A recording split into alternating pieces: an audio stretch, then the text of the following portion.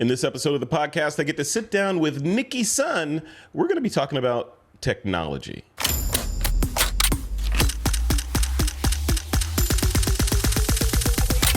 This is TWiP.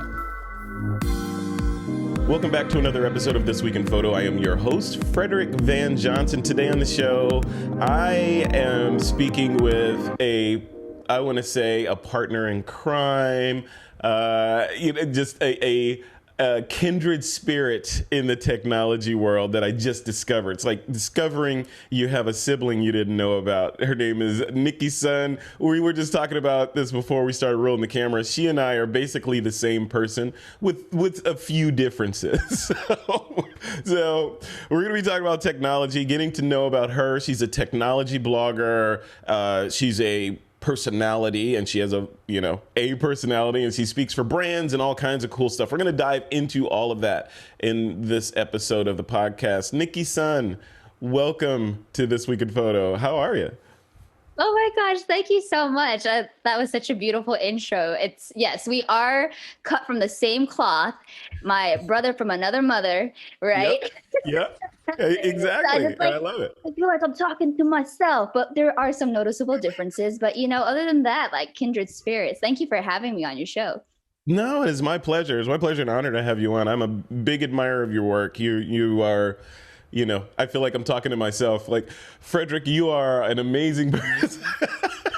No, you are great. I love what you're doing. I love your mission. You and I connected during the visual storytelling conference. I was running a panel. I was moderating a panel there, and I invited you on to come, share your thoughts on creativity and things like that. And that was when I was like, okay, I got to have this person on the podcast, and it's amazing. So I want to use this time wisely. I want to talk about let's start with an origin, right? Your superhero origin story. So who is Nicki Sun, right? Who is Nicki Sun? Well, let's go back. Who was Nicki Sun, and how did that Nicki Sun turn into this one? Gosh, what a great question about origin stories. Well, I'm originally from the Bay area. I mean, I rep the Bay so hard, like even in LA now that I'm living in LA for 8 years now, on April Fool's Day, by the way. It's been a journey. I would say who I was before kind of comes into today, but it's also like I used to be a lot shyer, but I was also class president, tennis captain. I did all the things, all the extracurriculars, all the things that stereotypically like Asian get stereotyped with. Like I did violin, I did piano, but I also, which was a little different, was a lead in a high school musical. I also was homecoming queen, but that was based on leadership, not popularity. So just let me get that straight. I was such a nerd, a tomboy, didn't wear makeup. I wore boxers to school. Okay. Ponytail, oversized hoodie. I was just such a boy. I played football on the junior high team with the boys. And like, I was just such a dude. And I remember one of the things that really affected me was when, how teachers would go, hey, I need 5 strong men to like help carry these books to the next class. I just was always like, why can't I do that? And so it became very apparent to me that I was a woman more than I was Asian, right? And then going to college, coming from a very diverse population, very South and East Asian, growing up in Fremont, no one asks you your ethnicity, or no one like befriends or defriends you based on your ethnicity. So I would say I was very bubbled and very sheltered growing up. Yeah. And then going to college, I realized when I was speaking, I would have people stop me like in my leadership floor and say like, you speak English so good. Like, where are you from? And I'm just like, this is so fascinating. Crazy. Wow. Yeah, it's so fascinating. And so it kind of made me really dive deeper into sociology, into how race relations. I've always just wanted to really build communication and connect bridges from people who were different from me, and to find common ground and find commonality and understand that diversity is truly the spice of life, and that this is normal. It's not a trend. It's normal for me to be in a diverse, I come from a very diverse family too. So it's And, food was always that thing that exposed me to other people's culture and music. So we talk about food and music and entertainment. And that's kind of why I decided to get into entertainment, because eventually it was like, how do I spread this message without feeling like it's a lecture, right? It's like, I want getting to know other people different from you to be a fun experience. Like, this is like, us like having a conversation at a coffee shop, and Yep. just like, wow, we're like one and the same. We're like kindred spirit, So Yep. it's something I've always wanted to advocate and push for. And, I knew that I wouldn't be able to do that right out of college, go to these 3-letter acronym television stations. So I had to truly create my own YouTube channel. And that's when I started interviewing a lot of up and coming Asian American and indie artists, people who didn't really get their voices heard or didn't see themselves on TV. This is right when YouTube just started. So right now, yeah, obviously it's a little better. We're still working on representation, but the lack of representation for Asian Americans was huge when I was in college. And so I started a YouTube channel just to really interview people. And, like, I've been doing a lot of interviews, but not as much as you have, as we hear, like, this is your 1200th interview. Like, holy cow. It's crazy. But, It's crazy. I commend you. I give you kudos, because it is a sometimes thankless job, but it's something that we're both very passionate about, because stories need to be heard. So, again, like, being an interview, it's always about the other person, right? Being a host is always about the other person. And so I don't even have to say it, but we truly exist to help bring other stories to light. And it's a job that I both love. It's definitely a lot of hard work too. But the beauty of being a host and being an interviewer is that I genuinely do care about other people, and I genuinely do like to see other people succeed and expose people to other people. And I feel like it's work that needs to be done. So going from my shy tomboyish self to being a little bit more presentable, because I realized that I do go on camera a lot nowadays. That's been, like, if anything, a change in like 2 hours of getting ready in the morning, because I used to just roll out of bed and just not give a F, And now it's like, I guess if I'm going to be like on Instagram stories or something, like, I have to be so presentable. Yeah. And just, my days are just now filled with like editing and producing and like just getting to know amazing people. And so it's just been so beautiful to see like the fruits of our labor. And I say our because I know what it must be like as kindred spirits, like fruits of our labor of doing all the things to get to where we are today, to establish empathy and understanding with diverse people. And so we're able to like really just focus on the human being, right? Just focus on you as a human being, and not because you're like female or Asian, like all these other adjectives that are identifiers to who we are. So I think it's just a beautiful thing to just feel like we're here in this moment now. Yeah, I agree. And, a couple of things you said resonated. And I've done a ton of interviews, and one of the things that has come out of that mountain of data, of interacting with that many humans and being able to ask them questions, or being privileged enough to ask them questions about how they do what they do or where they're going and all that. The thing that I've learned is, as much as we, especially in America, we like to celebrate our differences and, they and them and those people. Everybody's basically the same. Everybody has the same problems. They have the same desires. The whole Maslow's hierarchy of needs does not know melanin content, right? Everybody has the same stuff. So, for the most part, with key differences, so we're diverse and we're the same at the same time, which is, I think, makes for a more compelling interview. The other thing you said was you're in high school or you're speaking and people say, oh, wow, you speak English so well, that kind of thing. Again, kindred spirit, same thing.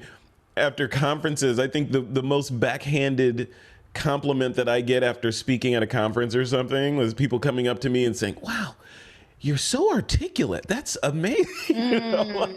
Like why? Like, what would you expect? So I love that. I sympathize with that, and it is what it is. So fast forward to today. Here we are. You have your studio. We're on hopefully the tail end of a pandemic and all the all the craziness that wrought on the world. So how are you doing right now? So what does a day in the life look like for Nicki Sun? Which, by the way, you have the best brand that I've ever seen from a tech blogger. Tech Nicki Speaking is the name of your brand. So I want to hear how that came about, and I also want to know where you are now. So take whichever one you want first, but go for it. Yeah. Well, first of all, kudos, because not many people get it in the first place of what it's supposed to be a play off of. And sometimes it makes them like freeze about like, oh, did I mispronounce it? So there's always like a little break in between saying it, but you said it perfectly. I would say like I quit my full-time job, back in 2018. I think it was just more like I was doing the work that I love to do, right? Getting to work with 50 Grammy winning artists, like musicians. And I was essentially their director of video production, but I was essentially hired on first as their social media manager. And so I got to do that for 3 years and really just make fast content. And work with so many different artists and so many different people. But after a while, it was just kind of like, I let go of my own identity and my own brand in this. When you're working and promoting other people constantly, sometimes you lose a little bit of your sense of why you create in the first place. And so I think I had to step away from all of that and was like, you know what, I'm just going to quit cold turkey. Like I had things saved and things planned, but I just remember like my ex-supervisor at the time saying like, how are you going to make money? And I was like, that is the least of my worries. Like I've been doing all these freelance works on the side and side gigs on top of a full-time job for years. Like I've never not had just one job. And I realized I'm spending all this energy building somebody else's brand. Right. And there was a time that I just had to be like, you know what, if I invested all that energy and all that time and all my resources into just myself and really, truly 100% believe in what I'm doing, you'd be going so much faster and further and just, it's so much easier, And I was like, I just have to do it. And I took that leap of faith. The first year was a little rough, but I'm starting to get in the groove of it now. And I think what it really was is really doing that deep dive of who I want to be as a person, my impact, the mark that I want to make on this world, and what it truly is. And so, I had a lot of leadership programs, executive, like Asian women leadership programs. We would just meet like once every Sunday and just talk about, finding our inner voice. And I just really thank the Asian community and especially a lot of the female groups that I've been a part of to really just make me feel and get over this imposter syndrome that we oftentimes feel like, am I good enough? Like, who would want to buy stuff from me? Who would want to work with me? And that's why story is so important. And I think just people can resonate. I think, again, I continue to bring this up, but I interviewed Valentina V, who's an amazing director and DP. And Aperture residents. But every time I asked her, what does it feel like to be sometimes like a woman in tech and film? Like, do you get like the weird line of questionings? And she says, you know what? When other women see us, they feel inspired to do it too.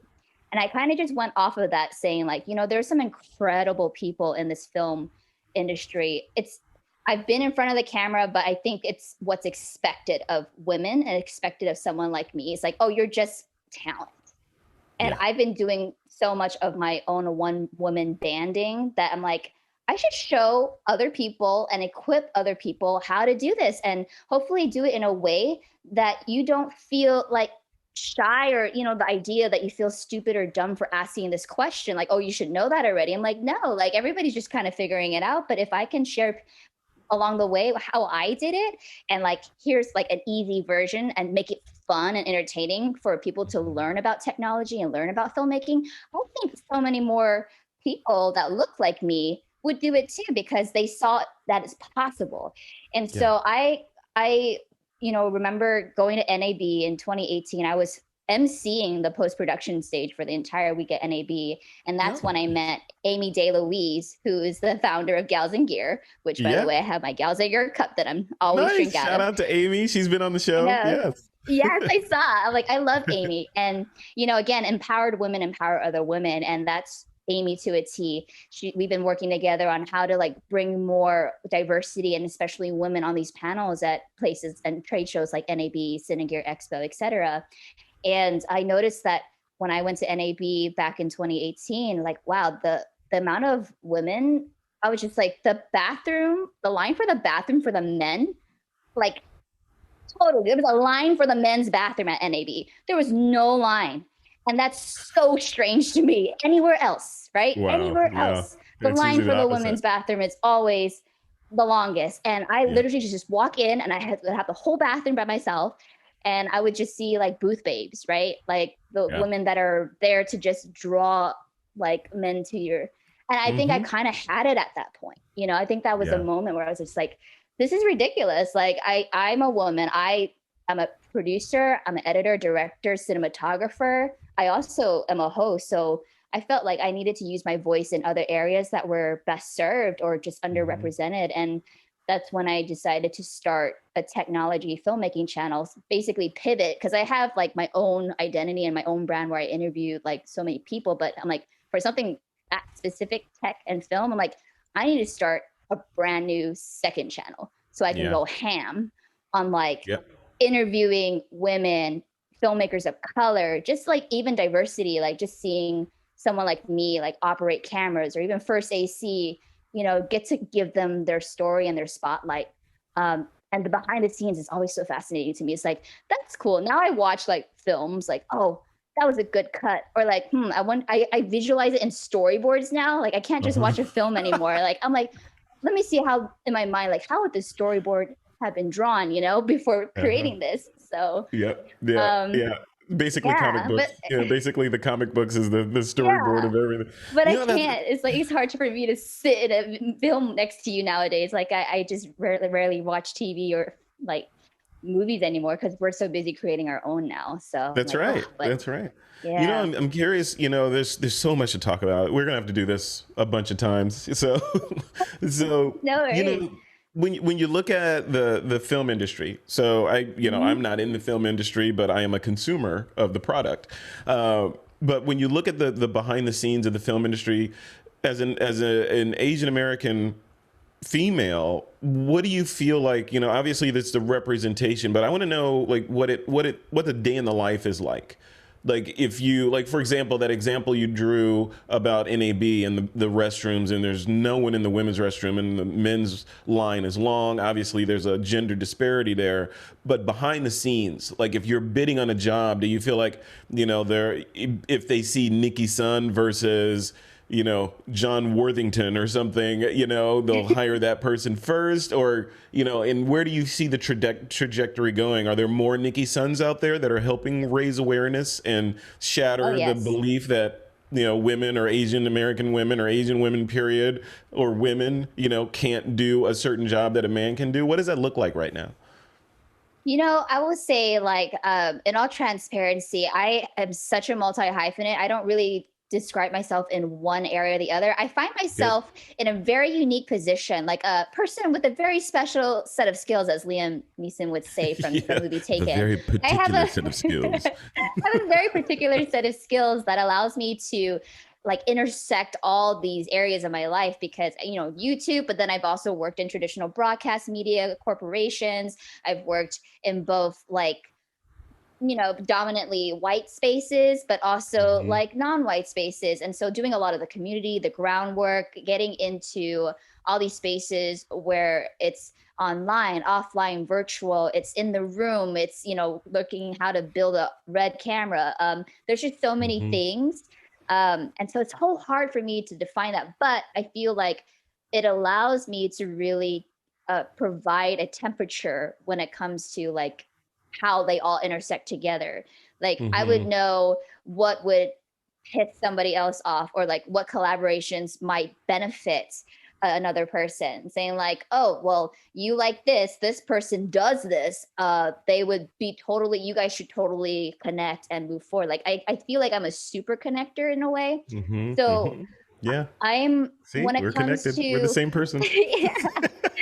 It's like, community over competition is the biggest thing that I always stress. It's like there's room at the top for everybody. I'm somebody who does not withhold information unless I sign like an NDA, but I am just like everybody's hype person, like a huge champion and proponent of people getting what's theirs or getting what their dream should be. Because why should I hold that? So when I was doing acting, like back in 2014 when I moved to LA, which at the same time I had a job at Google on the Google Glass team, which is where I met iJustine. So that was just like a full circle moment interviewing her for my website launch on International Women's Day.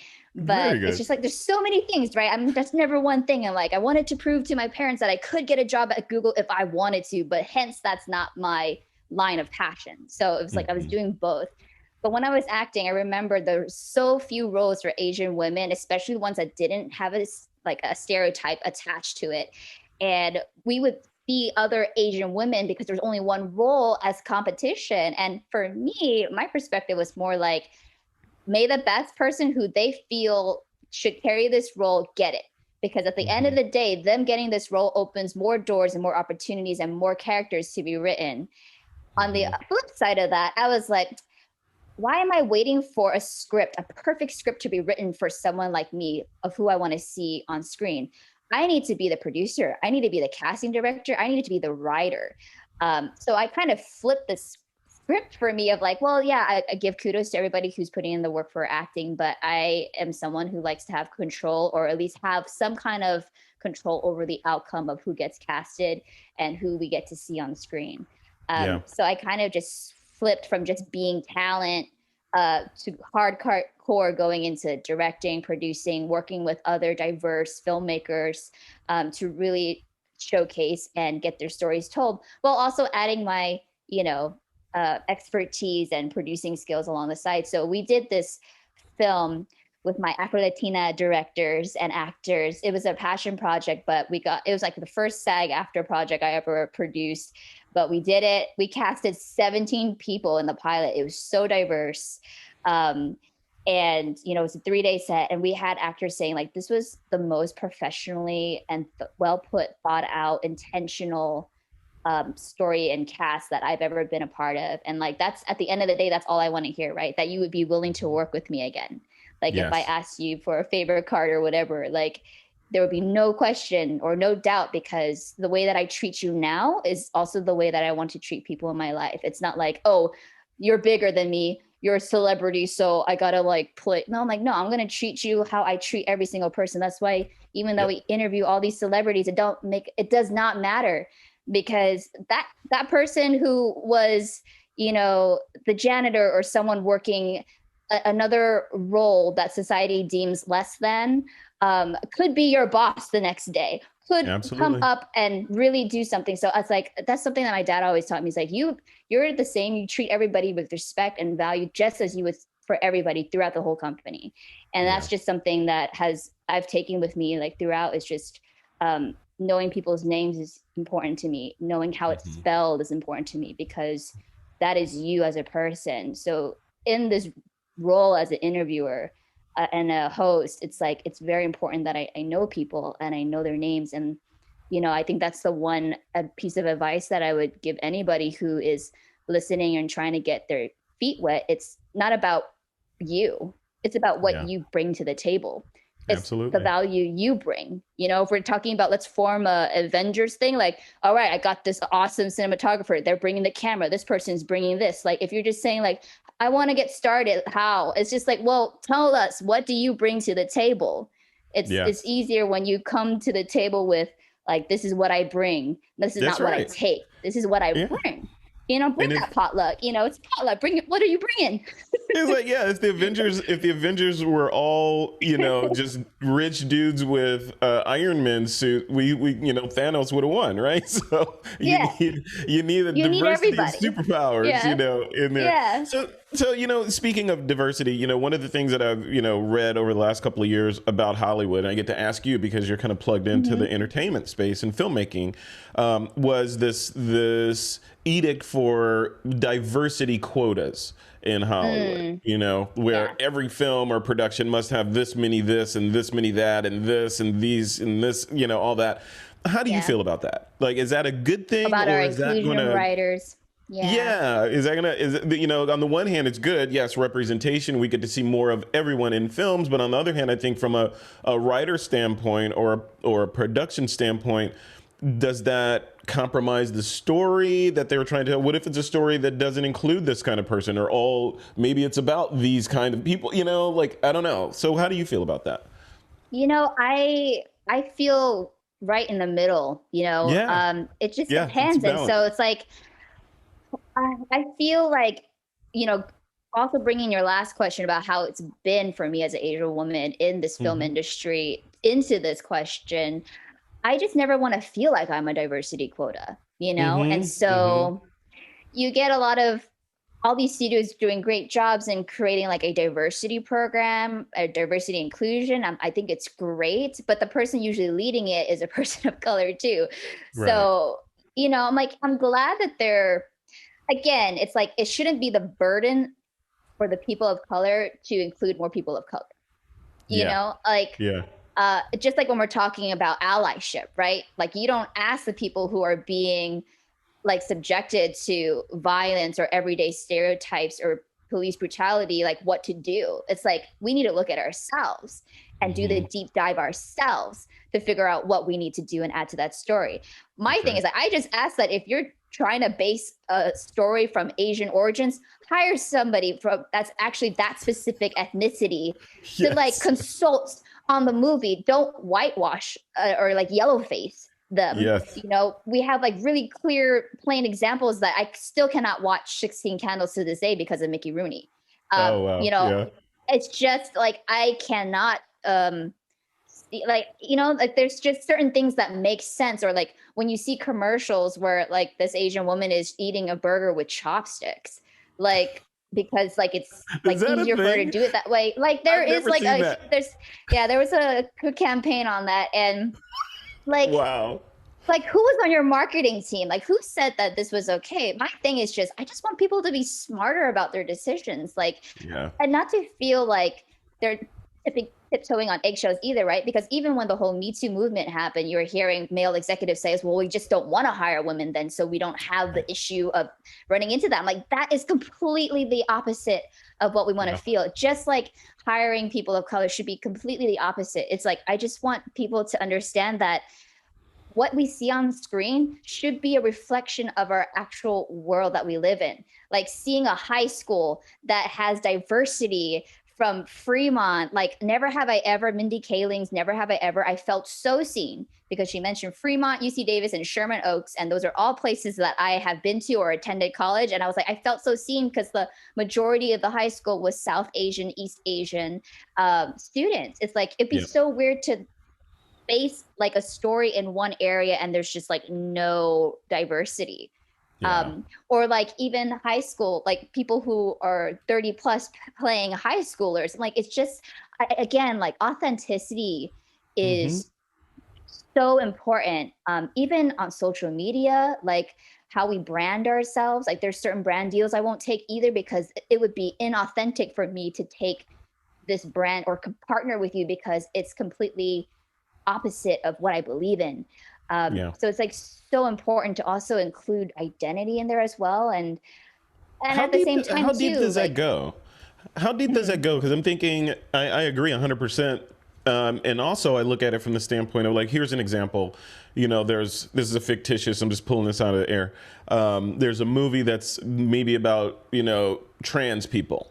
Should they mhm. hire trans people to play those roles, or do they hire seasoned actors to play those roles, or do they find seasoned actors who are also trans people to play those roles? What's the right play for the people that are building that and building the team that's going to make the movie?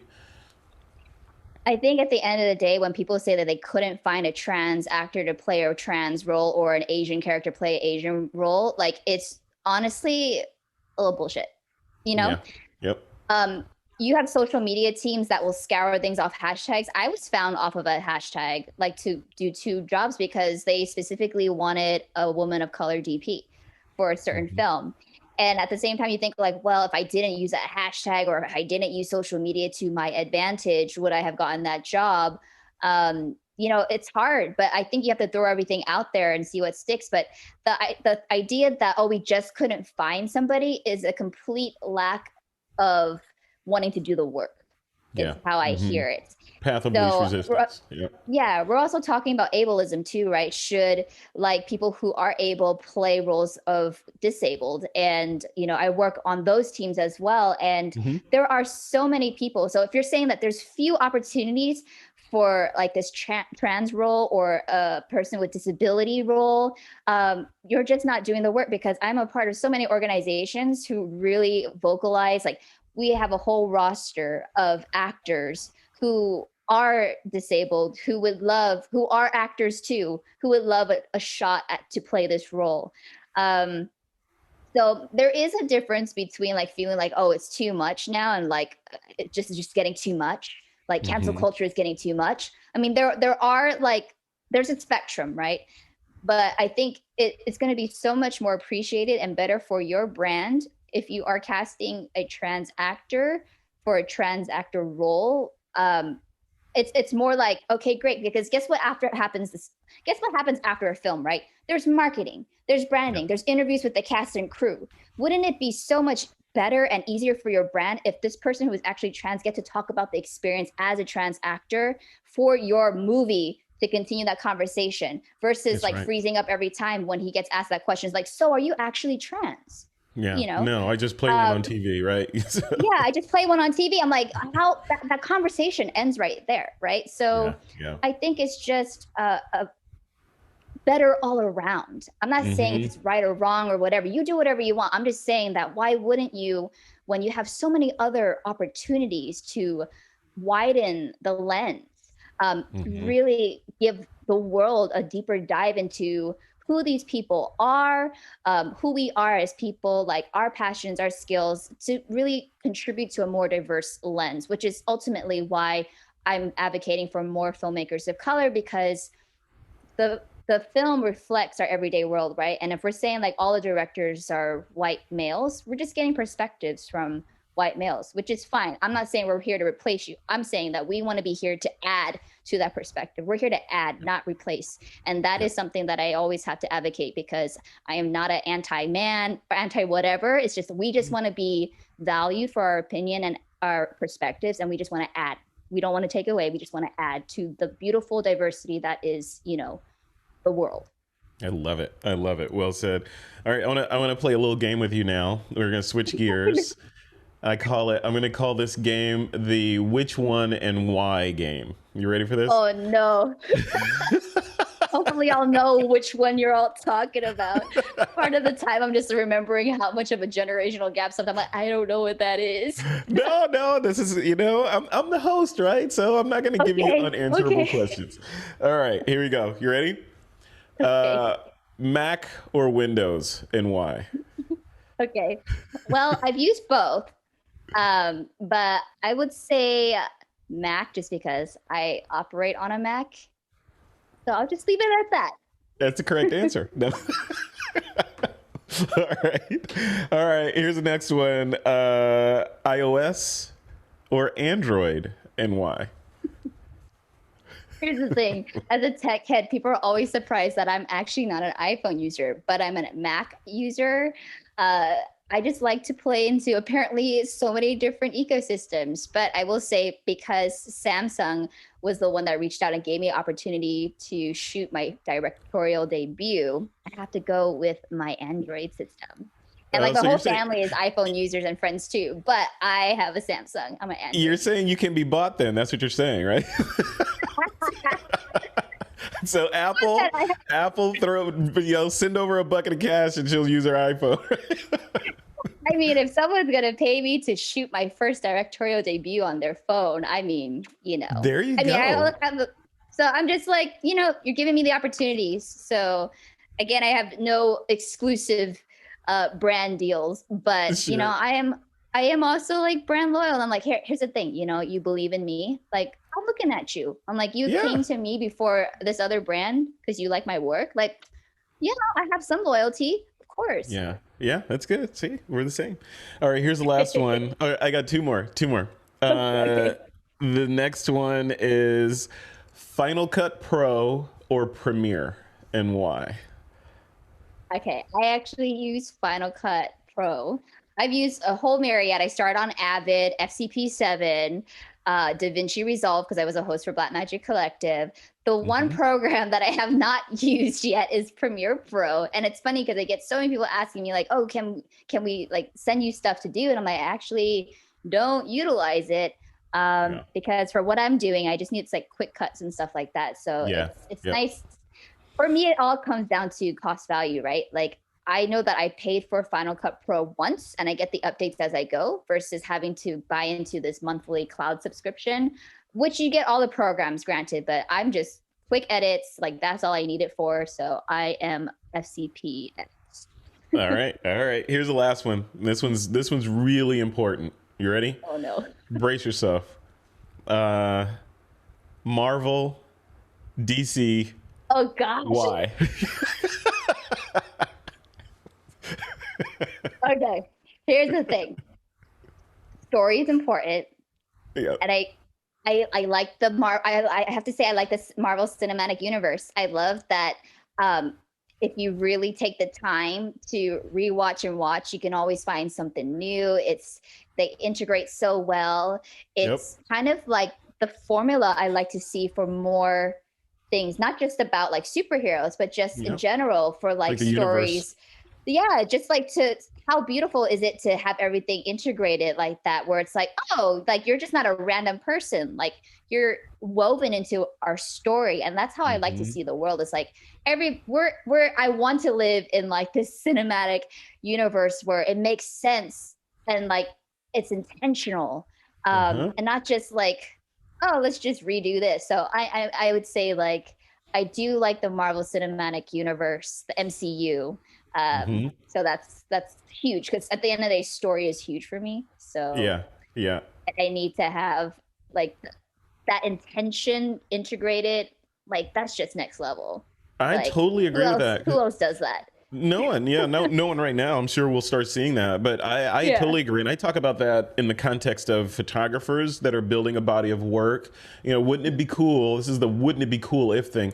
Wouldn't it be cool if photographers or creatives created their own cinematic universe, whether it's public or just internal, and they know that they're shooting little vignette stories within that, whether it's a flower or whatever, but it's in this particular world, and that world has its own physics and color balance and all that stuff, and you're just you're weaving a tapestry. Each shot you do is another block on that tapestry. So yeah, I totally agree with that. So here's a really hard one, and we'll end with this my little segment with this.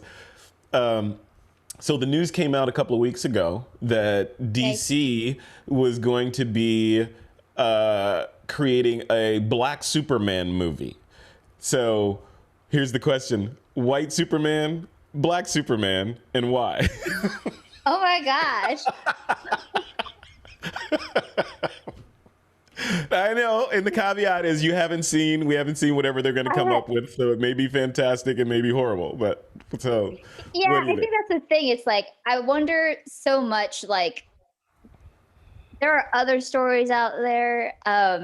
Just like when I see Willy Wonka getting redone again after being played by Johnny Depp, I'm like, aren't there other stories out there? At this point, y'all just getting lazy and trying to fulfill in Hollywood's mind a diversity quota. So does that mean also we're going to have an Asian Batman or Latino Batman? Like, I feel it's better if we can just recreate a brand new story altogether with a Black man as the lead versus saying he's a Black Superman, versus white Superman. At the end of the day, like, let's drop these adjectives and just say Superman. But I also, I do like the idea of like, seeing yourself as the lead in like these very traditional, it's just like when we say Black Cinderella, when Brandy played Black Cinderella, it's just again too, but like, I feel sometimes just as somebody who's not been either Black or white on the sides, like, I feel like anybody in between has always been left out of the conversation. Right. And so it's been really difficult for me. It's like, while I support diversity, I also feel like I support at the end of the day authentic original stories, like origin stories. So if we're Yes. just saying we're doing the same movie, but we're just going to replace them with a person of color to make it different and refresh it a bit, it's like I don't really know exactly what you're doing, because there's nothing stopping like young children of color from wearing that Superman suit. You know, Right. I Right. do understand it does, again, representation is reflection, but I'm kind of at this point. I want to hear origin stories, you Yeah. know, New stuff. powerful, yeah, new stuff like the king or like the princess, Hmm. that are from these origins instead of just saying like, okay, let's just replace them with this person of color. Like I'm so into like, let's do that, but like with your own story. So then it's not Yeah. like you don't feel like you're a copycat or a second version of it. You want to be the Hmm. first version of your first self. So I That's want to right. see those kind of stories. And so like You for me, I'm preach, like, girl. yeah, that's cool, but I want to see you. Like I want to see you, you know? Yep. Make a new document. Don't just save as and change the name, right? So make Yeah. something completely new. You're right. People have asked me that same question. Black Superman, right? Are you excited about the Black Superman? No. I would be excited if there was a new, like exactly what you said so eloquently. There are a gazillion stories. Why do we keep digging up these old graves and putting a new suit on it? Let's just, tell new Yep. exciting stories that speak to this current generation and future generations versus, we all know the trope of, in the context of Superman, we all know the trope of Krypton exploded. They get the baby out of there just in time. He comes to Earth and has superpowers. We know that. So we can kind of guess what it's going to be if they put a black guy in it. So why not just make a brand new, Hmm. really interesting story that Yeah. has different people in it from all backgrounds, right? Just, Yeah. make those movies. The country is more diverse than ever and on a trajectory to completely diverse at some point. Exactly. Start speaking to that diverse crowd versus let's tell the stories that were great in the 50s and 40s. How about Yeah. 2021 and beyond? So Yeah, I'm like, if the only thing you want to remake, let's remake 16 Candles and actually cast an Asian guy without stereotypes. You know what I'm saying? Like, let's right the wrongs of the past, not redo like second versions of it. So this is my message to Hollywood is like, you want to do these reboots because you think they're safe. But even if they flop in the market, like what is stopping you from using that budget that you felt so safe in and using it and taking a chance on someone's new authentic origin stories? I rather see that. I rather see those bold moves from Hollywood and saying like, this is how we support diversity. It's like we're actually going to invest this money that we would have done on a reboot because we think it's safe and it's going to mhm. flop anyways because it's just a reboot. Like people want to see themselves authentically portrayed, represented, like powerful, amazing stories.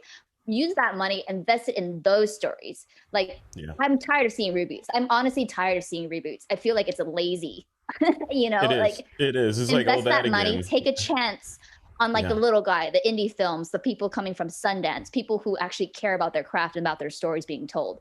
yeah, And you're gonna have far better branding and marketing in the long run, and then you have stories to tell from then just saying, oh, we did that version, but in the room always, but what if he was black? Or what if he yeah. was Asian? It's like it Mhm. takes little thought to do that. Yeah, Like I, that's that I'm pitch. It's like, frankly okay, like think Superman, but Superman is black. Run with it. It's like, it's like I always love those videos of like what happens in these writer rooms. Like what were they thinking? Like those just like crack me up so much because I'm like, yeah, sometimes I think like what was happening in this room? Like this was like right. $1 million decision and someone just dropped the ball here. So or got Yeah, lazy. I think it's lazy. So, yeah. I I agree. think again, message to Hollywood is really like stop it. Like stop it. Yeah. And Yep. It's invest your that job. money You got for the you're that's upcoming people. you got to wave that flag for us. So yeah, keep pushing it. This conversation has been a breath of fresh air. Like completely, honestly speaking, it's been like a breath of fresh air. I feel like I could talk to you for hours and hours, and we Yeah, will, I'm sure, same. over the coming years. What is coming up next for you? Like what do you have your plans? What's in your like someday maybe list? Oh my gosh. Well, I have to be careful what I say because I do believe in manifestation. At the beginning Uh of the huh. pandemic, I was like, it would be nice to direct something one day. I just don't have the time. Then Samsung came and say, hey, we'd like you to direct something. And I was like, Nice. wow, like right. right in October of 2020, like when I thought like, okay, this year couldn't get any better because, you know, honestly, like it was a whole thing of pivoting.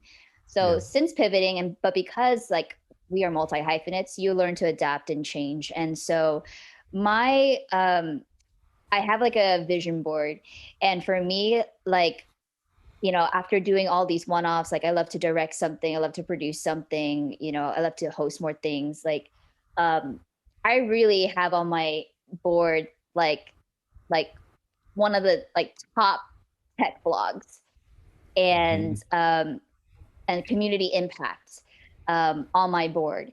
So I really need to focus back because it's been a month of projects. I mean, it was Asian Heritage Month this month, so it's been crazy just producing all these other events and bringing like my friends who are Asian, who are talented to like do all these things, even though they weren't Asian spaces, just like Visual Storyteller Conference, right? Like I wasn't told that it had to be all Asian, but I had an opportunity, I took it. So you know, and if we have to like cover it under the idea that it's Asian Heritage Month, then I'm gonna do it. But you know, like these are the people in my everyday. Like I'm not forcing these interactions. This is my everyday. But I think it's just continuing to be an advocate to like make more waves, get in the rooms of a lot of these camera departments, like studios, and just be kind of like an advocate. You know, like I don't need to play all the roles, but I just like to be able to break down some more doors in Hollywood and, you know, create more tables and seats for other people to be at the table with me. And just to really hear how like multiple people live. So I think for me, it's like, I'm going to focus on my channel, my tech website, which I just converted it into a website this year. Probably need some tips from you, Frederick. So and yeah, and you know, eventually I want to do more directing as well. So I had my first taste of directing, and I want to do more film directing. I've been doing some event directing and film directing, but now I want to like, I would love to direct a feature, but I'd love to also before that shadow like an amazing DP and director as well, so that I know like the ground running, not just like I'm just a new person. Like I take notes. I learn very fast, and it's more about, you know, creating that sense of community and that vibe and just working on an amazing team. So hopefully I can also work with more brands too, who understand my vision and don't want to change me. They only want to add to my world, not take away from my world. So and that's the superpower you have, right? That's the superpower you have because you're kind of you're laying the bricks of the road as you walk on them. You get to choose which bricks you're gonna put down, right? So you can say, yes, I want to be going in that direction, and those bricks don't really help me go over there, so no thank you. And you can do that versus having a corporate gig, or no disrespect to corporate gigs. You and I have both worked in tech, and we know how that is, and that cushion works. But we both know that you, like you said, you are basically sharecropping, right? You're building your world on someone else's land and fulfilling their dreams versus fulfilling your own dreams. And at the end of the day, when you should part ways with that brand equity that you built goes along with them, and you're no longer, Nicki Sun, the Google employee. You're just Nicki Sun, right? You don't have that horsepower of them. So the onus is on you to build your own personal brand so that you're not reliant on their energy to fuel you. So very good. And again, it's not for everybody too, right? Yeah. So it's like, if you feel like that's your skill and your passion to work at this company because you're so good at it and like you're getting out, like, do you, boo? But I just felt like for those who feel like they have the extra capacity or the energy to really go forth with their passion and what they have to say in this world as their way of making it right with your soul and yourself. Like some people are totally fine with the 9-to-5, kids, marriage, house. Like you get yours. That's your dream. I'm just saying I'm a champion of everybody's dreams. And my dream has just always been to champion other people and their dreams. So how do I do that? It's just like, well, I'm just going to use myself. And the more that I speak, the more that I have the opportunity. So thank you very much for inviting me on your podcast, Frederick. It means a lot to me. The more opportunities I have to share my story, I feel like I'm making peace with myself because it makes peace for others or just inspires other people that they can do it too. Love it. Love it. Well, one question that we skipped over, and this is a perfect way to end the interview, was technically speaking. I want to put that L in there, but it doesn't go there. So your brand, tell us the origins of the brand, and then, of course, where people can go to connect with you and hire you and see what you're working on. Yeah, so technically speaking came about because I was like, I love it. I love a good pun. And I love good dad jokes too, right? Like Bob's Burger is also my favorite like cartoon of all time, and there's plenty of dad jokes in there. Um, but I was like, okay, I want what I do in my name, right? So I'm like, okay, it's filmmaking, it's tech. And I'm like, tech and then Nicki, because everybody always spells my name wrong. So I'm like, this might be hard. But I was just like, tech and Nicki. And then I asked my friend, Richard, I was like, Richard, like, I'm trying to think of a name. He's like, just put tech Nicki. I'm like, I've been seeing tech Nicki for the longest time, but why can I not see what I mean by it? And I was like, tech Nicki, like, technically speaking? He's like, yeah. And I was like, that because it's like everybody uses the phrase technically speaking.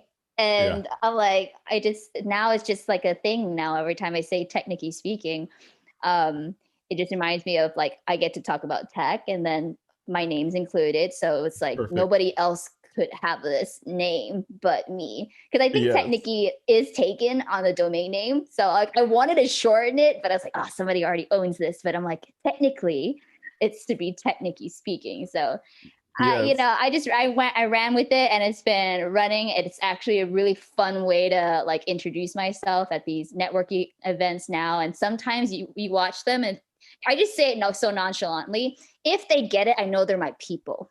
If they don't get it, then I'm like, okay, like that's cool. You're cute, but it's like for the people who get it without me having to describe it or explain it, it's like, you're my people. It's a That's how I've perfect been able filter. to connect with more tech people. It's like, oh, you know exactly what I'm talking about.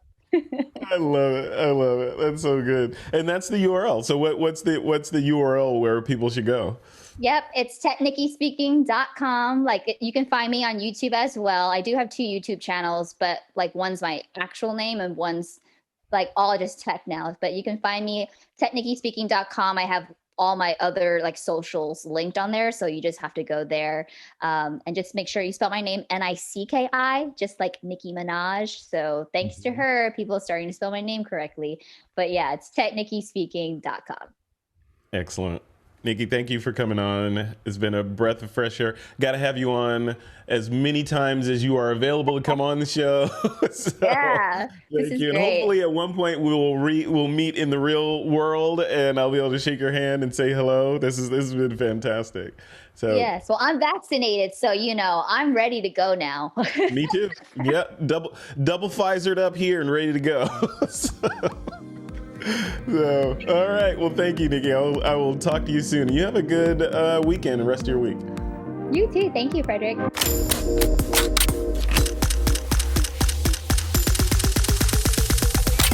This is TWiP.